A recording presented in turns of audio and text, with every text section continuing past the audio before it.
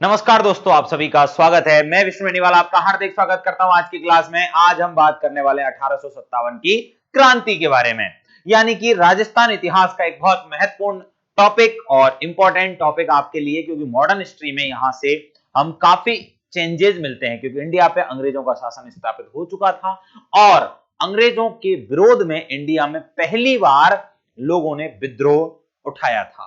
यानी बड़े लेवल पर, पूरे पैन इंडिया लेवल पर उसका विद्रोह या उसका बदला लेने का प्रयास किया गया कि अंग्रेजों को बाहर निकालो। अंग्रेजों को उस टाइम पे एक नाम बहुत पॉपुलर होता था, फिरंगी।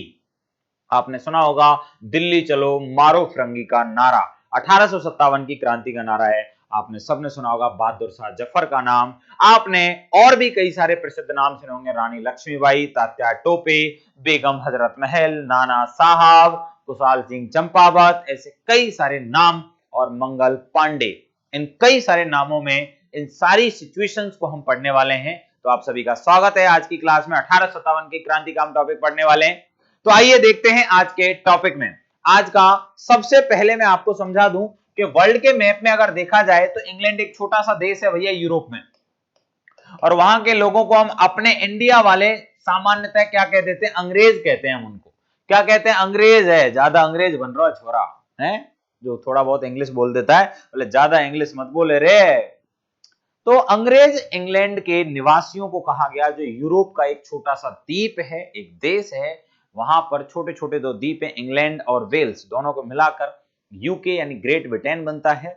और एक जमाने में यूके ने, ग्रेट ब्रिटेन ने विश्व के अधिकांश क्षेत्रों पर कब्जा करके रखा था। बहुत सारे लोग उसके गुलाम रह चुके हैं, यहां तक कि यूएसए भी इंडिया का, इंग्लैंड का गुलाम रह चुका है।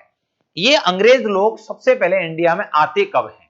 तो आप सभी को एक चीज पता होगी कि अंग्रेजों का एक वास्तुकार, या सॉरी, अंग्रेजों का एक विद्वान है जो भारत की यात्रा करता है और भारत के पैसे को देखकर थोड़ा सा टेंशन में आ जाता है। यानी कि अंग्रेजों में इतना पैसा नहीं था उस जमाने में, इंडिया में बहुत पैसा था, इंडिया के लोग बहुत अमीर थे, यहाँ की जीडीपी लेवल बहुत अच्छा था, हर चीज में बेस्ट थे। इंडियन सोने की चिड़िया कहा जा रहा था मध्यकाल में। इंडिया आता है एक बंदा और यात्रा करते हुए वो भारत के वैभव को देखता है। लेकिन कहानी सिर्फ यहीं से नहीं, कहानी थोड़ी और पीछे से मैं स्टार्ट करना चाहूंगा। आप सभी को थोड़ा समझने का और धैर्य रखने का प्रयास करना है, समझो। देखो भाई, सबसे पहले मैं कहूंगा कि एक प्रायद्वीप है जिसका नाम है अरब प्रायद्वीप। इंडिया के पास में ही एक प्रायद्वीप है, अरब प्रायद्वीप, अरब प्रदेश। और इस अरब प्रदेश के नॉर्थ वाले पार्ट में यहां पर एक सल्तनत चलती थी जिसका नाम था उस्मानिया सल्तनत। इस उस्मानिया सल्तनत की स्थापना उस्मान के द्वारा 1299 ईस्वी में की गई थी। 1299 ईस्वी में उस्मानिया सल्तनत की स्थापना उस्मान के द्वारा की गई थी, जो आज के तुर्की वाले एरिया में स्थापित था। इसको हम बोलते थे कुस्तुनतुनिया। वैसे कुस्तुनतुनिया नाम के शहर को तो बाद में कब्जे करेंगे, ये ऑटोमन्स के नाम से जाने गए। उस्मानिया सल्तनत के लोगों ने क्या किया, यहां पे एक उमर नाम का राजा हुआ और इसने क्या किया, 1452-53 में या 1453 ईस्वी में इस बंदे ने इस इलाके में कुस्तुनतुनिया नाम के शहर पे कब्जा कर लिया। कुस्तुनतुनिया,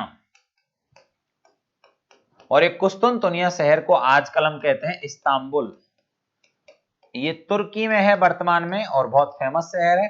किस नाम से जानते हैं दोस्तों? इसको हम इस्तांबुल शहर के नाम से जानते हैं। ये इस्तांबुल शहर बहुत फेमस था। मुसलमानों का जब इस्तांबुल पे कब्जा हुआ 1453 में, तो इधर जो एरिया है यूरोप, इधर जो आपका एरिया है यूरोप महाद्वीप, ये व्यापार किया करता था एशिया महाद्वीप के देशों से, और अधिकांशतः कच्चे माल पे डिपेंडेड था यूरोप। किस पे? एशिया महाद्वीप वाले क्षेत्रों से। और वो सारे मार्ग इस कुस्तुनतुनिया से गुजरते थे। जैसे मुगलों का इस पे कब्जा हुआ तो मुगलों ने टैक्स बढ़ा दिया। इससे यूरोप के लोगों को जो माल है वो महंगा मिलने लगा। तो यूरोपियन लोगों ने सोचा कि क्यों ना हम अपने रास्ते खुद से निकालें। तो यहां पे आपने देखा होगा एक महाद्वीप और है, अफ्रीका।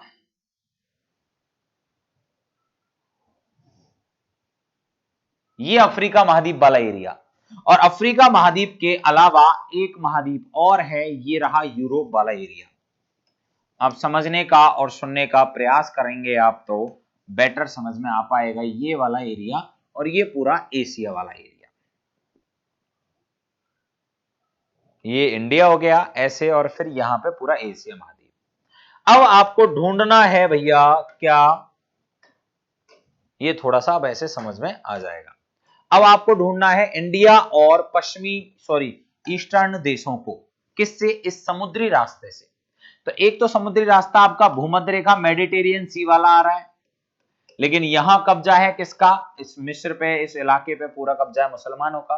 तो इन यहां के जो यूरोपियन लोग हैं, स्पेशली पोर्चुगल, स्पेनिश, फ्रांसीसी, ऐसे कई सारे देशों के लोगों ने योजनाएं बनाई और विश्व के अलग अलग देशों में घूमने निकल पड़े। और कौन से वाले रास्ते से घूमने निकले? इस समुद्री रास्ते से। इन्होंने सोचा हमें इंडिया को घूमना है तो हम कैसे घूमेंगे? समुद्री रास्ते से। आप सभी को पता होगा यूरोपियंस लोगों ने इस रास्ते को सबसे पहले जाना, इसको बोलते हैं cap of good hope. Europe से साउथ अफ्रीका जाने का जो रास्ता है उसको बोलते हैं कैप ऑफ गुड होप। इसकी खोज, समुद्री रास्ते की जो खोज है, सबसे पहले किसने की थी? यूरोपियन लोगों ने की। इन्हीं यूरोपियन लोगों में स्पेनिश एक बंदा है जिसका नाम है कोलंबस। क्या नाम है दोस्तों? कोलंबस। और कोलंबस 1492 में 1492 ईस्वी में अपने घर स्पेन से निकला और अचानक से एक जगह पे पहुंच गया। हालांकि उसका वहां पे जहाज खराब हो गया था, तो एक पास के ही द्वीप पे वो पहुंचा।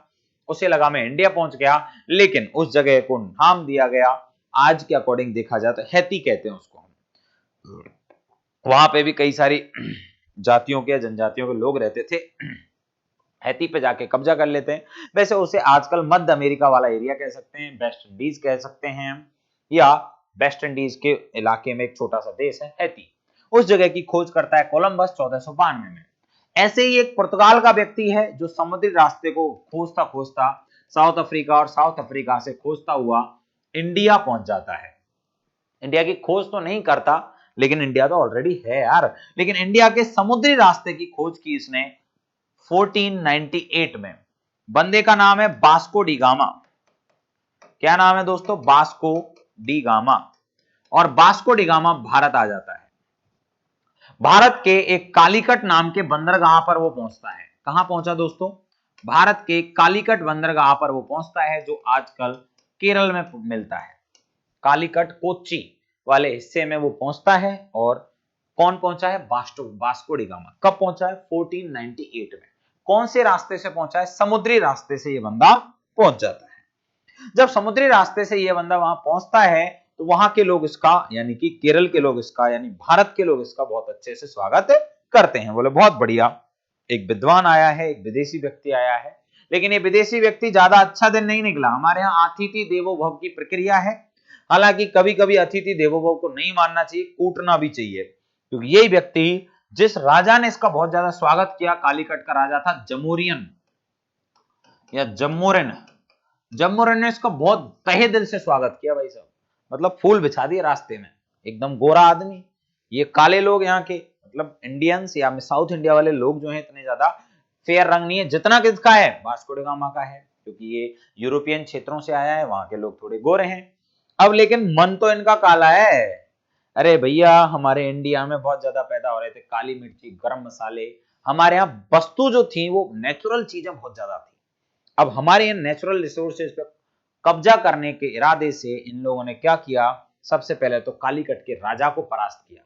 बड़ी सेना लेके आया दूसरी बार, और कालीकट के राजा की पूरी ताकत को पहले जान गया, एज ए होता ना, मेहमान बन के। और उसके बाद उस पर आक्रमण किया, कालीकट के राजा को परास्त किया, और परास्त करके उस पर कब्जा कर लिया। कोच्चि वाले एरिया पे कब्जा कर लिया। दो बार भारत आता है, 1498 और 1502। आपको याद होगा, ये पुर्तगाली लोग ही भारत में सबसे पहले तंबाकू के पौधे को लेके आए थे। कौन सा पौधा लेके आए थे? तंबाकू का पौधा लेके आए थे, सबको नशे में लेने के लिए। हालांकि खुद भी नशा करते थे, इस वजह से इंडिया में लेके आए थे, पेड़ को वहीं लगाएंगे। इंडिया आ गया। अब पुर्तगाली लोग यहां से बहुत स्पीड से पैसा कमाने लगे, क्योंकि इनको व्यापार में 60 गुना लाभ मिलता था। यानी यहां से कोई चीज 1 रुपए में खरीदते हैं, उसको 60 रुपए में बेचते हैं यूरोप में, तो पैसा बहुत मिल रहा है। तो पड़ोसियों की नजर पड़ी, कि आखिर ये पुर्तगाल वाले लोग करते क्या हैं, कहां से लाते हैं इन चीजों को, इतना अच्छा मुनाफा इनको मिल रहा है, तो हम भी चलते हैं। बाकी लोग भी आए, स्पेन आया, यहाँ पे फ्रांस आया, यहाँ पे इंग्लैंड आया, यहाँ पे बहुत सारे देशों के यूरोपियन कंट्रीज के नाविक आ गए व्यापार करने के लिए। इंडिया में उस जमाने में लोधी सल्तनत चल रही थी और बाद में मुगल सल्तनत परवान चढ़ी। मुगल सल्तनत जब परवान चढ़ रही थी हमारे अंदर वाले हिस्से में, उसी टाइम पर इंडिया के कोस्टल एरियाज में, जो हमारे किनारे वाले हिस्से, समुद्री किनारों पर यूरोपियन कंट्रीज अपना कस्सा मतलब होता है ना, अपने आप को मजबूत कर रही थी। उनमें सबसे पहले आने वाले लोग थे पुर्तगाली। कौन थे दोस्तों? पुर्तगाली। हालांकि पुर्तगालियों के बाद में अलग अलग टाइम पे अलग अलग लोग आते हैं, जैसा कि पहला बंदा है पुर्तगाली आए, फिर हमने सोचा डच आ गए, स्पेनिश आ गए, डच, स्पेनिश, अंग्रेज, ठीक है, अलग अलग देशों के लोग यहां पर आ गए, फ्रेंसीसी, कई सारे देशों के लोग हमारे यहां पर आ चुके हैं और इन्होंने भारत के साथ व्यापार करना प्रारंभ कर दिया। और समुद्री मामले में ये लोग हमसे ज्यादा ताकतवर थे, क्योंकि इनके जहाजी बेड़े इंडिया के लोगों से कई गुना ज्यादा मजबूत थे। तो आपको याद होगा, पुर्तगाल के लोगों ने इंडिया में इंडियन ओशन में, ये एरिया जो है इंडियन ओशन है, इसमें ब्लू वाटर पॉलिसी अपनाई थी, यानी यहां से जो नाव निकलेगी, जो भी जहाज निकलेगा, हमें टैक्स देना पड़ेगा, चाहे वो ऑटोमन्स का हो, चाहे वो अरेबियंस का हो, चाहे वो इंडियंस का हो, कोई भी हो, टैक्स पे करो, नहीं तो मारे जाओगे। इस पूरे एरिया पे कंट्रोल रखा हुआ था किसने? पुर्तगाल ने। अब समझो ये इंडिया में सबसे इंपॉर्टेंट जाति जो पैर जमाती है, उसका नाम है अंग्रेज। अंग्रेज कहां के? इंग्लैंड के निवासियों को अंग्रेज कहा गया। अब कहानी को आगे बढ़ाते हैं। कहानी को आगे बढ़ाते हैं तो थोड़ा सा समझने का प्रयास करोगे आप तो बेहतर समझ पाओगे। हाँ जी, अब देखो, सबसे पहले मैंने आपसे क्या कहा, 1498 में वास्को डी गामा भारत आता है, प्रथम यूरोपियन यात्री जो समुद्री मार्ग से भारत आया। कभी भी आप ये पढ़ें कि भारत की खोज वास्को डी गामा ने की, उसके रैप्टा मार देना भैया, कतई जरूरत नहीं गलत पढ़ने की। क्यों? भारत कोई खोई हुई चीज नहीं है जो इन जैसे चिरकुट आके हमें खोजेंगे। समझ में आई बात? उन लोगों को हमसे सामान चाहिए था, 100 बार आए हमारे यहाँ, रास्ता खोजते हुए आए, खुद की खोज की होगी, हमारी नहीं। अगर इतनी औकात है तो इंडिया 1600-1700 के बीच में दुनिया की सबसे बड़ी जीडीपी वाली कंट्री हुआ करता था। इंडिया वो देश है जो विश्व का लगभग 1/4 यानी कि 25% जीडीपी जनरेट करता था वर्ल्ड का। ठीक है, तो इनकी इतनी औकात नहीं जो हमें खोज दें। ठीक है, जब ये लोग कपड़ा पहनने नहीं जानते थे उस जमाने में हमने वेद लिख दिए थे, हमने यूनिवर्सिटीज ओपन कर दी थी। इंग्लैंड के लोगों में सभ्यता का विकास हुआ कब? ईस्वी के बाद।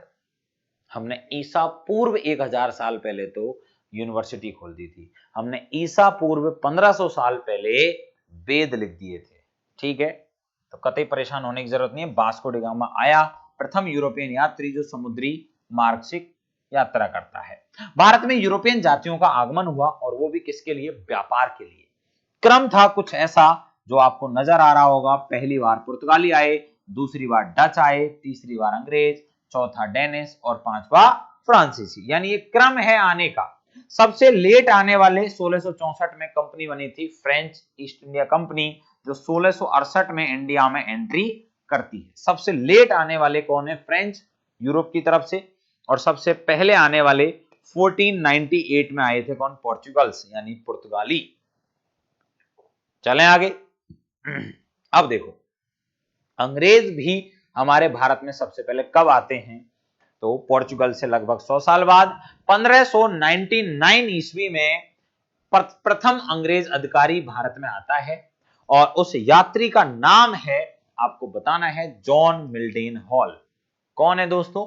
जॉन मिल्डेन हॉल नाम का एक व्यक्ति है जो सबसे पहले भारत आता है। कौन से रास्ते से आता है? स्थलीय मार्ग से, जो कॉन्स्टेंटिनोपिया से निकलता है, आज के इस्तांबुल से निकलता है, यानी मुसलमानों के रास्ते से आता है, लेकिन ये यात्री है, आने देते हैं इसको लोग। प्रथम अंग्रेज यात्री इस रास्ते से आता है। भारत में उस टाइम पे किसका साम्राज्य चलता था? अकबर का। मुगल एम्पायर था, अकबर का राज्य चल रहा था और अकबर का टाइमिंग है 1556 से 1605 के बीच में, तो इस बीच में आया 1599। स्थलीय मार्ग से भारत आया, अकबर के दरबार में आया, नाम था जॉन मिल्डेन हॉल। 1599 के बाद कुछ दिनों बाद में जब ये भारत की भव्यता के बारे में इंग्लैंड में जाकर बताता है, लिखता है, तो वहां के लोगों में भारत के साथ व्यापार करने की होड़ सी लग गई। तो एक कंपनी बनाई गई दोस्तों, कंपनी का नाम है ब्रिटिश ईस्ट इंडिया कंपनी। क्या नाम है दोस्तों? British east India company. कब फाइनली इसको मान्यता मिली? 31 दिसंबर 1600 ईस्वी को ब्रिटिश ईस्ट इंडिया कंपनी को वहां की महारानी ने क्या दे दी? मान्यता दे दी, उसे एक्सेप्ट कर लिया कि चलो ठीक है, आप व्यापार करो, कहां पे जाके? इंडिया के साथ में, नो प्रॉब्लम। तो इंग्लैंड की महारानी एलिजाबेथ फर्स्ट ने ईआईसी ईस्ट इंडिया कंपनी को भारत के साथ, या मैं कहूं तो पूर्व के देशों के साथ में व्यापार करने का एक अधिकार दे दिया। कितने सालों के लिए? 15 सालों के लिए। यानी कि तुम जाओ, तुम्हारे अलावा इंडिया के साथ इंग्लैंड का कोई और व्यक्ति या और कंपनी व्यापार नहीं करेगी, यानी सिर्फ आप ही की मोनोपोली बनी रहेगी। कितने सालों के लिए मिला यह अधिकार? 15 सालों के लिए। किसने दिया था? एलिजाबेथ फर्स्ट ने यह अधिकार दे दिया था। वर्तमान में इंग्लैंड की महारानी कौन है? एलिजाबेथ सेकंड है, याद रखना। वर्तमान में इंग्लैंड की महारानी कौन है भैया? एलिजाबेथ सेकंड है। बात आई समझ में? वास्को ड गामा आया, उसके बाद में कई सारी यूरोपियन जातियां आई, उनमें से एक जाति है अंग्रेज। अंग्रेजों में पहला आया 1599 में जॉन मिल्डेन हॉल, और ये आता है उसके बाद अकबर से मिलता है, अकबर के साथ में व्यापार करने के लिए कहता है, अकबर हाँ बोल देता है, वापस गया, कंपनी बनाई इंग्लैंड में, कंपनी का नाम था ब्रिटिश ईस्ट इंडिया कंपनी। वहां की महारानी एलिजाबेथ फर्स्ट इनको व्यापार की अनुमति दे देती है कि जाओ व्यापार करो, आपके अलावा इंग्लैंड से और कोई व्यक्ति नहीं आएगा। एक अधिकार बन के आए, लेकिन आने में इनको 8 साल लग गए, यानी इंडिया में पहली बार ईस्ट इंडिया कंपनी के लोग 1608 में आए। देखते हैं, लेकिन उस टाइम तक राजा बदल चुका है। ईस्ट इंडिया कंपनी का भारत में आगमन देखो यहां पर कब हुआ है भैया? 1608 में। कहां पर हुआ दोस्तों? सूरत में। ईस्ट इंडिया कंपनी का पहला मुख्यालय खोला गया सूरत में, हालांकि कुछ दिनों बाद उसको बंद करवा दिया गया था। आज का जैसे इंडिया का प्रमुख शहर है मुंबई, पोर्ट के मामले में मान लो, या इंडस्ट्रीज के मामले में मान लो, या मैं कहूं तो इंडिया की पैसे की जो कैपिटल है, फाइनेंस कैपिटल जो है, कौन सी है? मुंबई। उसी जमाने में मुगल काल में ऐसा सबसे प्रमुख जो शहर था उसका नाम था सूरत। व्यापार के लिए जाना जाता था और बहुत बड़ी मात्रा में यहां से व्यापार होता था, मुगल काल का प्रसिद्ध शहर है। तो सूरत में आए, लेकिन कुछ दिनों बाद में ही इसको यहां से निकाल दिया गया, बिकॉज इनको अनुमति नहीं मिली। राजा बदल चुका है, जहांगीर आ चुका है, जहांगीर सलीम, जिसे सलीम के नाम से जानते हैं, अकबर का निकम्मा बेटा, लेकिन अब काम का बन चुका है। ये वही बेटा है जो अनारकली के चक्कर में गलियों में घूमता था, अनारकली डिस्को चली, सलीम तेरे दर आया। अब सुनो भाई, हॉकिंस नाम का एक बंदा आता है जो हेक्टर नामक जहाज को लेके आता है और 1608 में यहां के राजा से मुलाकात करता है। मुलाकात कहां हुई? जहांगीर से। आगरा में।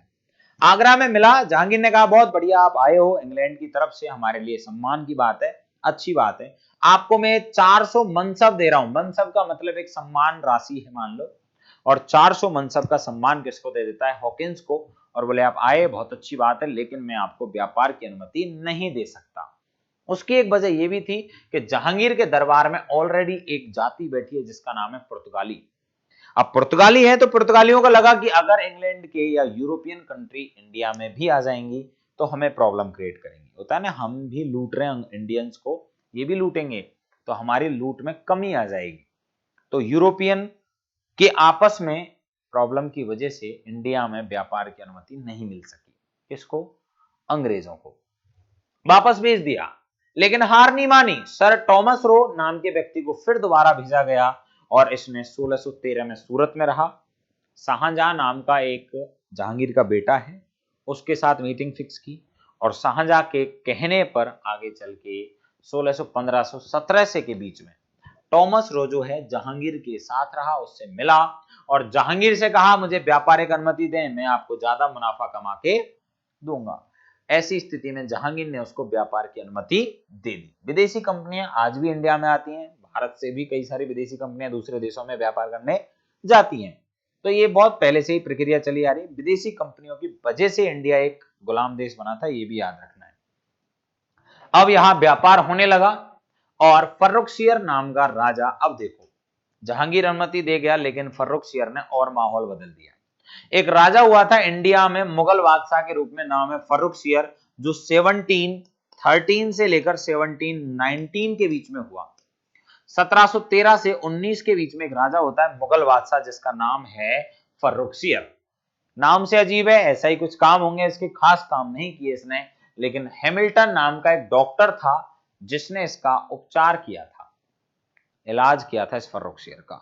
बड़ा खुश हुआ, बोले मजा आ गया भाई साहब, मांगो क्या मांगोगे, तुम्हारी दवाइयों ने, तुम्हारे इस इलाज ने मैं सही कर दिया, इट मींस तुम जो मांगोगे मैं तुम्हें दूंगा। तो डॉक्टर ने उपचार किया जिसकी वजह से सम्राट ने अंग्रेजों को दस्तक प्रदान कर दी। दस्तक क्या बीमारी है? एज ए एक पट्टा, एज ए एक प्रमाण पत्र, और इस प्रमाण पत्र पर क्या लिखा है कि अंग्रेजों से कहीं पर भी चुंगी कर नहीं लिया जाए, ये कितना भी माल लाएं और कितना भी ले जाएं, मुगल काल में, मुगल साम्राज्य में इनसे पैसा नहीं लिया जाएगा, ये ईयरली हमें दे देंगे, कुछ 25,000 रुपए के बदले ये शर्त मान ली गई। अंग्रेज बड़े खुश हुए, बोले मजा आ गया, चलो व्यापार करते हैं। इससे व्यापार अंग्रेजों का बहुत बढ़ा, ज्यादा पैसा कमाने लगे अंग्रेज, दिन दूना रात चौगुना। ऐसी स्थिति जब आती है अंग्रेजों की, तो अंग्रेजों का व्यापार काफी ताकतवर हो चुका है। अब देखते हैं व्यापार ताकतवर हो चुका है तो अंग्रेजों ने सेना रखना प्रारंभ कर दिया, और जब सेना रखेंगे तो क्या करेंगे भैया, युद्ध करेंगे। देखो युद्ध की स्थिति बताते हैं। अब अंग्रेजों को कहां कहां पहुंचा दिया वो पहले समझने का प्रयास करो। अंग्रेजों को हमने कहां कहां पहुंचा दिया वो समझने का प्रयास करो। मान लो दिस इज इंडिया, इंडिया का अगर मैप है तो मैं बना ही देता हूं, नहीं तो बनाना पड़ेगा। वेरी गुड, मिल गया इंडिया का मैप। चलो ये आपको इंडिया का मैप दिखाई दे रहा है। चलो भाई, ये आज के इंडिया का जो आपको मैप दिखाई दे रहा है, इसमें मुगल काल का अधिकांश क्षेत्र था। सबसे प्रमुख शहरों में एक तो बंगाल राज्य था, और बंगाल की मुख्य शहरों में कलकत्ता नहीं हुआ करता था पहले, मिदनापुर और ऐसे कई सारे शहर थे। तो यहां पर कलकत्ता नाम का एक शहर बसाया अंग्रेजों ने। जॉब चारनोक ने 2-3 गांवों को वहां के नवाब से लेकर कंपनी ने, और एक शहर बसाया कैलकाटा, जो बंगाल की खाड़ी में व्यापार करने के लिए काम आया। यहां पर एक नया शहर डेवलप किया इन्होंने, मद्रास, जिसे आज चेन्नई के नाम से जानते हैं। यहां पर एक शहर डेवलप किया जिसका नाम है मुंबई। मुंबई पहले छोटे छोटे मैं कहूं तो नाविकों का या मछली पकड़ने वालों का एक द्वीप था, बाकी इसको शहर के रूप में डेवलप करने वाले अंग्रेज थे। इंडिया के राजा तो पूना से सरवाइव करते थे, पूना नाम की जगह है, ये ठिकाना हुआ करता था जो मराठा साम्राज्य के आगे चल के राजधानी भी रहा था बहुत लंबे समय तक। अब देखो साहब, व्यापार होने लगा और इस व्यापार की स्थिति में क्या बदलाव आया। सबसे पहला चेंजेस कि अंग्रेजों ने 3 शहरों को डेवलप करना स्टार्ट किया, और सबसे पहले ध्यान दिया इस बंगाल पर। बंगाल में क्या होता है, 1756 में कुछ चेंजेस आया और यहां पे नया सरदार बनता है जिसका नाम है सिराजुद्दौला। अंग्रेज जो थे यहां व्यापार कर रहे थे, छोटे से एरिया पे अपना कब्जा कर रखा था, बढ़िया व्यापार करते थे। बंगाल के नवाब से ना बुरे संबंध ना अच्छे संबंध। तो सिराजुद्दौला नाम का जो बंदा नया नवाब बना, इसकी हुक्म को मानने से अंग्रेजों ने मना कर दिया। तो अंग्रेजों को दंड देने के लिए ये पहुंचा बंगाल के कलकत्ता में। कलकत्ता में ब्लैक होल की घटना आपने सुना होगा, 1756 में कई सारे अंग्रेजों को एक काल कोठरी में बंद कर देता है, जिसकी वजह से कई सारे अंग्रेज रातों रात मारे जाते हैं दम घुटने के कारण। केवल 23 अंग्रेज उसमें जिंदा बचते हैं। हॉलवेल नाम के व्यक्ति ने उसके बारे में वर्णन किया है। अंग्रेजों को गुस्सा आया, अंग्रेजों ने यहां से अपने ट्रूप्स भेजे, यानी कि कहां से भेजे अपने ट्रूप्स, इस जगह से, मद्रास से, और मद्रास से अपनी सेना भेज के बंगाल पहुंच गया लॉर्ड क्लाइव। कौन है? Lord Clive. क्योंकि उस टाइम पर बंगाल में कलकत्ता में एक शहर था फोर्ट विलियम, जो अंग्रेजों ने बसा रखा था। इस फोर्ट विलियम पे भी कब्जा कर लेता है सिराजुद्दौला। लॉर्ड क्लाइव एक अच्छी खासी सेना लेके कहां पहुंचता है सिराजुद्दौला से लड़ने के लिए। तो स्थिति सुनना, ध्यान से सुनो। सिराजुद्दौला का एक सेनापति है, सेनापति का नाम है मीर जाफर। मीर जाफर खुद चाहता था राजा बनना, लेकिन राजा बन गया सिराजुद्दौला, युवा है अभी। लॉर्ड क्लाइव से मीटिंग कर लेता है कौन? मीर जाफर, और वो कहता है कि मैं तुम्हें साथ दूंगा, मुझे क्या बना देना, नवाब। क्लाइव ने कहा डन, मैं तुझे राजा बना दूंगा, मेरी बात मान और मेरी तरफ मिल जा। युद्ध तो हुआ, लेकिन कुछ सैनिकों के बीच में, क्योंकि अधिकांश सेना मीर जाफर के पीछे चुपचाप खड़ी रही। सिराजुद्दौला और मुट्ठी भर सैनिक युद्ध लड़े और हार गए। वहां से सिराजुद्दौला भागा और भाग के अपने घर आया, लेकिन ज्यादा देर नहीं टिक सका। घर पे आते ही उसकी क्या कर दी गई? हत्या कर दी गई। इस वॉर को हम बोलते हैं प्लासी का वॉर। प्लासी का युद्ध 1757 अंग्रेज अधिकारी लॉर्ड क्लाइव और सिराजुद्दौला के बीच लड़ा गया। जीता कौन? Lord Clive. लॉर्ड क्लाइव ने क्या किया? इस भाई साहब को राजा बना दिया। किसको बना दिया? मीर जाफर को। बोले मजे कर तू। अब मीर जाफर चल भले ही राजा बन गया हो, लेकिन अब एक कठपुतली राजा है, क्योंकि ये किसके कंट्रोल में है? लॉर्ड क्लाइव के कंट्रोल में। 1757 से 1760 के बीच में राजा रहा। 3 साल के भीतर अंग्रेजों ने इसके खजाने को खाली कर दिया। तरह तरह से इस पे टैक्स लगाए, तरह तरह से इससे उपहार लिए, यानी कि मीर जाफर इतना परेशान हो गया कि बोले अब इनसे छुटकारा पाने पड़ेगा। किससे? क्लाइव से। क्लाइव यानी अंग्रेजों को जब इस बात की जानकारी भनक लगी कि भैया मीर जाफर हमसे छुटकारा पाने की प्लानिंग कर रहा है, तो धोखेबाजों की इंडिया में कमी कतई नहीं है। मीर जाफर को धोखा दिया इसी के दामाद मीर कासिम ने। किसने धोखा दिया? मीर कासिम ने। मीर कासिम ने कहा मुझे राजा बना दो, मैं तुम्हारी बात मानूंगा, जो कहोगे वो करूंगा। अंग्रेजों ने ऐसा ही किया, मीर जाफर को हटाया और राजा बना दिया मीर कासिम को। चाहे रिजल्ट जो भी हो, इनडायरेक्टली अब ईस्ट इंडिया कंपनी बंगाल में एंट्री ले चुकी है। उस टाइम पे बंगाल बहुत पैसे वाला और मजबूत राज्य हुआ करता था। भारत पर अप्रत्यक्ष रूप से इनडायरेक्टली अंग्रेजों का शासन स्थापित हो चुका है। कौन से इलाकों पे? बंगाल वाले हिस्से पे। बंगाल का मतलब आज का पश्चिम बंगाल मत समझना। आज का बंगाल यानी बांग्लादेश, आज का पश्चिम बंगाल, आज का कुछ हिस्सा बिहार का, और झारखंड और उड़ीसा के कुछ हिस्से, यानी काफी बड़ा एरिया था ये बंगाल, जो मुगलों का प्रांत हुआ करता था। बाद में आपको याद होगा अली वर्दी खां के नेतृत्व में यहां पर अलग से क्या है शासन, मतलब जगह स्थापित की गई थी। मुर्शीद कुली खां, अली वर्दी खां, कुछ नाम भी याद होंगे। अब सुनो भाई, अब युद्ध हो गया। युद्धों के बाद अंग्रेजों ने अपना शासन स्थापित कर लिया और एक युद्ध और लड़ा। हालांकि मीर कासिम को भी बाद में अंग्रेज हराते हैं। आपको याद हो तो एक युद्ध और होगा जिसका नाम है बक्सर का युद्ध। कौन सा युद्ध है? बक्सर का युद्ध, जो 1764 में लड़ा गया, और इसमें भी अंग्रेज जीत जाते हैं। इसमें भी कौन जीत गए? अंग्रेज। और अंग्रेज जब जीतते हैं तो इंडिया के कई सारे क्षेत्रों से टैक्स लेने का सिस्टम लागू करवा लेते हैं। अंग्रेज एक बहुत बड़ी पावर बन के उभरी इंडिया में।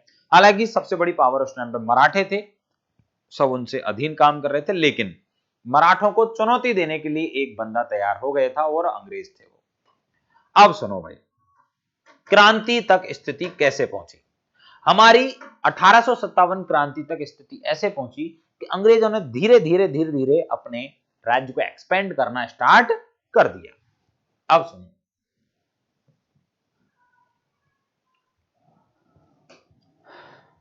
अंग्रेजों का एक वायसराय गवर्नर जनरल आया जिसका नाम था लॉर्ड वेलेस्ली।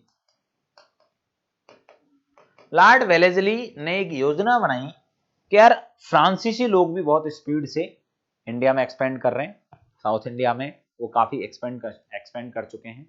अगर हमें बड़े लेवल पे इंडिया में आना है, अगर फ्रांसीसियों को हराना है, तो हमें कुछ और सोचना पड़ेगा।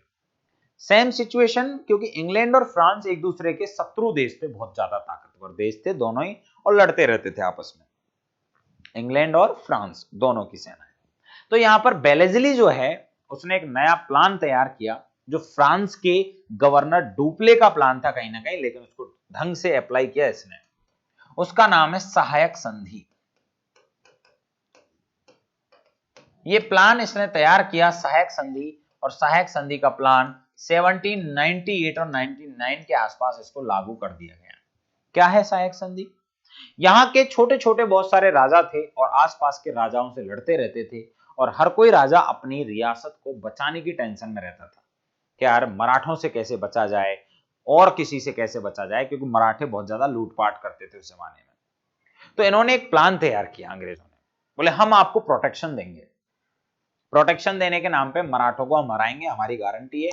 और हालांकि अंग्रेज मराठों से 2 बार युद्ध कर चुके थे, तो अंग्रेजों को लग रहा था कि हम जीत लेंगे या जो भी निपट लेंगे मराठों से। तो बाकी रियासतों से क्या कहा कि तुम भाई एक काम कर, तो अपनी आय का 25% हमें दे दे, 1/4। हम एक सैन्य टुकड़ी आपके पास रख देंगे। चल एक काम कर, तू पूरा टैक्स न दे, तो बस इतना सा कर, मैं तुम्हारे यहाँ 5,000 की सेना रखूंगा, उस 5,000 की सेना को खाना पीना और वेतन दे देना। तो राजा ने कहा इतना तो मैं कर सकता हूँ, कोई बड़ी बात नहीं है।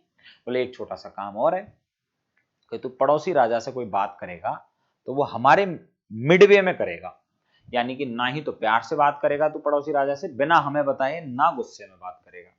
सिंपल सी बात है, ना गुस्से में ना प्यार में, तो लड़ाई किस बात की, फिर तो लड़ाई नहीं रहेगी। हर चीज में कौन आएंगे? अंग्रेज। बोले एक काम और करना है, एक हमारा व्यक्ति आपके दरबार में बैठेगा, उसे हम बोलेंगे पॉलिटिकल एजेंट। रियासतों के राजाओं ने मराठों की डर की वजह से इन संधियों को एक्सेप्ट कर लिया।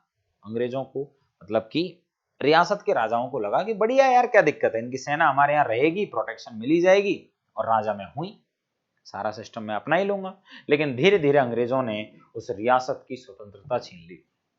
उस रियासत के डाक तार की जो व्यवस्था थी, यानी फॉरेन जो मामले थे या उस रियासत के विदेशी मामले, वो अपने कब्जे में ले लिए। रक्षा मामला अपने कब्जे में ले लिया। तो वो रियासत का जो राजा है, कुछ दिनों बाद में उनका कठपुतली बन गया। उन रियासत के राजाओं को बाद में एहसास हुआ कि हम कमजोर पड़ गए और अब हम क्या बन गए? गुलाम। लेकिन क्या हो सकता है, जो होना था वो होना ही था, पॉसिबली हो ही गया। अब हम इस चीज को समझने का प्रयास करेंगे, ये सिस्टम अप्लाई हो चुका है।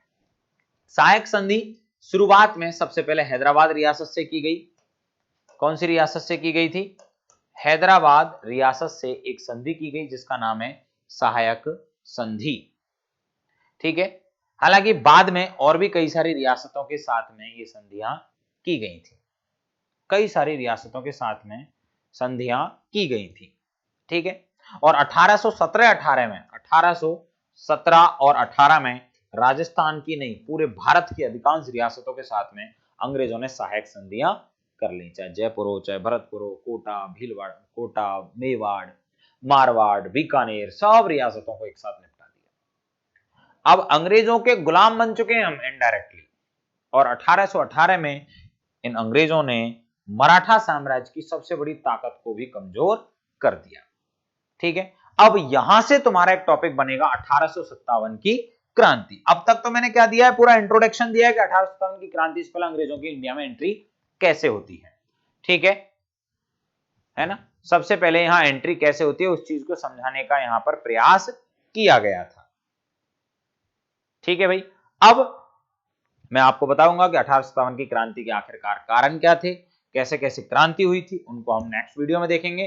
तब तक के लिए आप सभी को मेरी तरफ से नमस्कार, राधे राधे, जय हिंद, जय भारत। बहुत बहुत धन्यवाद आज की क्लास देखने के लिए। सलाम दोस्तों।